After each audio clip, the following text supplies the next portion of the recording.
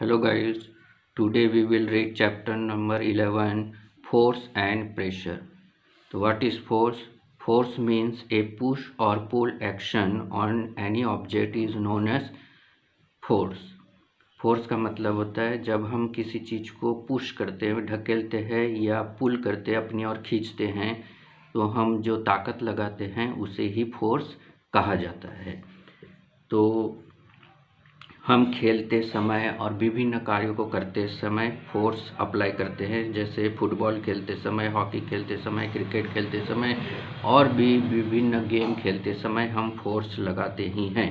Hockey में cricket ball पर force लगाकर हॉकी स्टिक के द्वारा फोर्स लगाया जाता है, बॉल को दूर भेजा जाता है।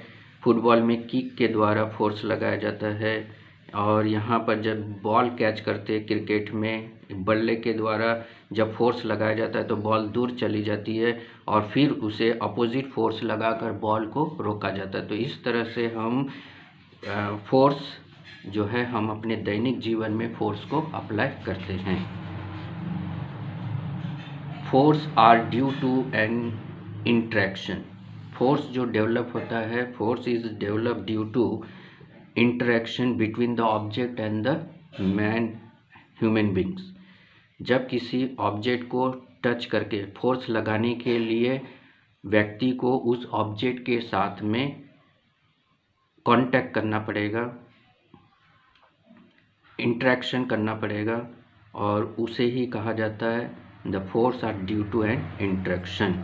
मतलब फोर्स पुल या पुश करके ही लगाया जा सकता है, जैसे कि इस एग्जाम्पल में दिखाया गया है। व्यक्ति कार पर पुश करके फोर्स अप्लाई कर रहा है आगे बढ़ाने के लिए कार को। इसी तरह से यहाँ पर पुल करके फोर्स अप्लाई किया जा रहा है, तो इनके बीच में इंटरेक्शन हो रहा है और ये कांटेक्ट के द्वारा ही डेवलप हो सकती है। तो इस इंटरेक्शन को ही हम कहते हैं force are due to an interaction. तो force are always develop due to interaction between the living things and non-living things. Sometimes interaction between two non-living things also develop the force. Later on in further we will study about them. The force has direction as well as the magnitude. Magnitude means strength of force. Each force has the magnitude.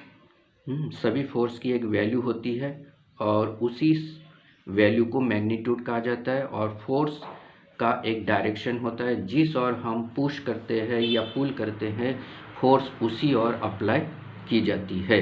खींचते समय हमारी ओर और push करते समय विपरीत दिशा में।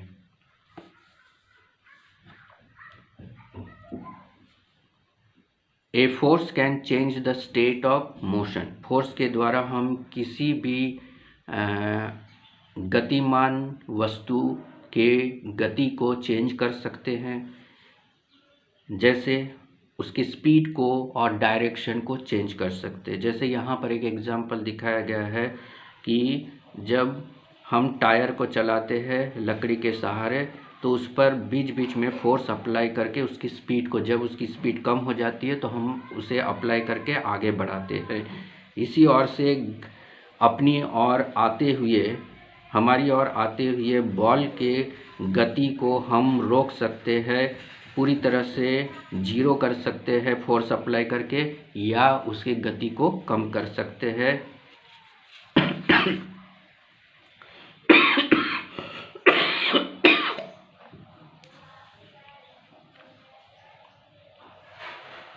तो इस तरह से हम देखते हैं कि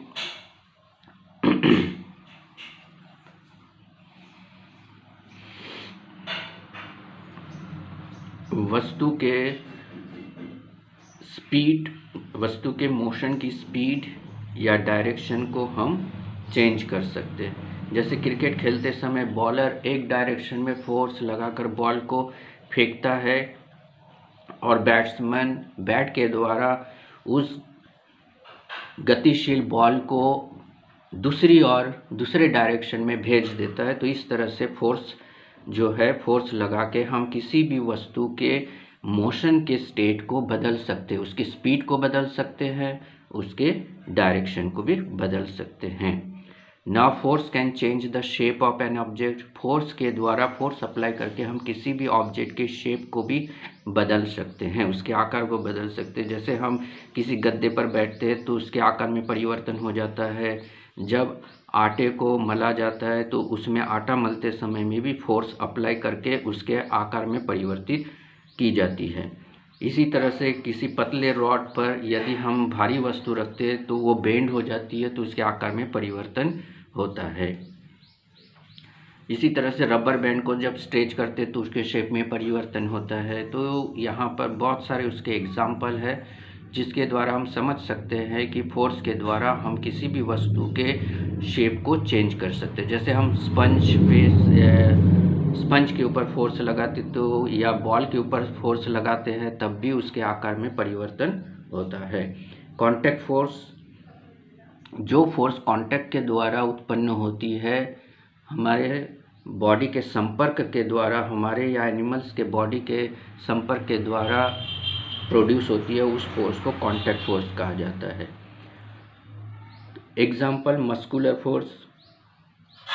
मस्कुलर फोर्स डेवलप होता है मसल्स के द्वारा। जब तक हम मस्कुलर फोर्स में कांटेक्ट नहीं रखेंगे तो मस्कुलर फोर्स अप्लाई नहीं कर सकते। जैसे यहाँ पर एक बैलगाड़ी जो है फोर्स लगाकर, बैल अपने मसल की फोर्स लगाकर बैलगाड़ी को खींचता है।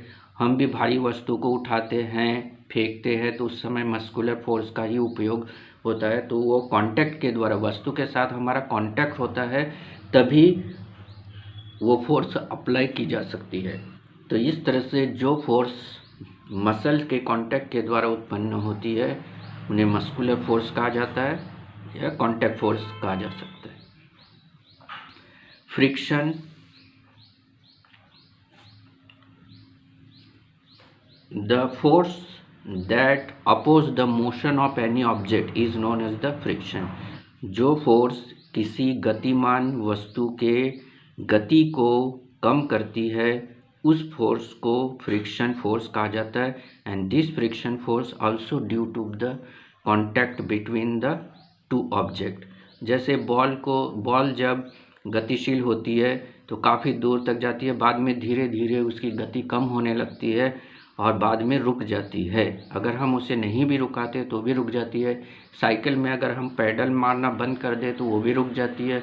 तो ये फोर्स जो है, फोर्स के द्वारा ही स्पीड कम होती है, ये हमने देखा। तो इसमें कौन सा फोर्स लगाया जा रहा है? ये फोर्स है फ्रिक्शन फोर्स, जो हमारे टायर और रोड के बीच में और बॉल सरफेस और रोड ग्राउंड के बीच में होता है।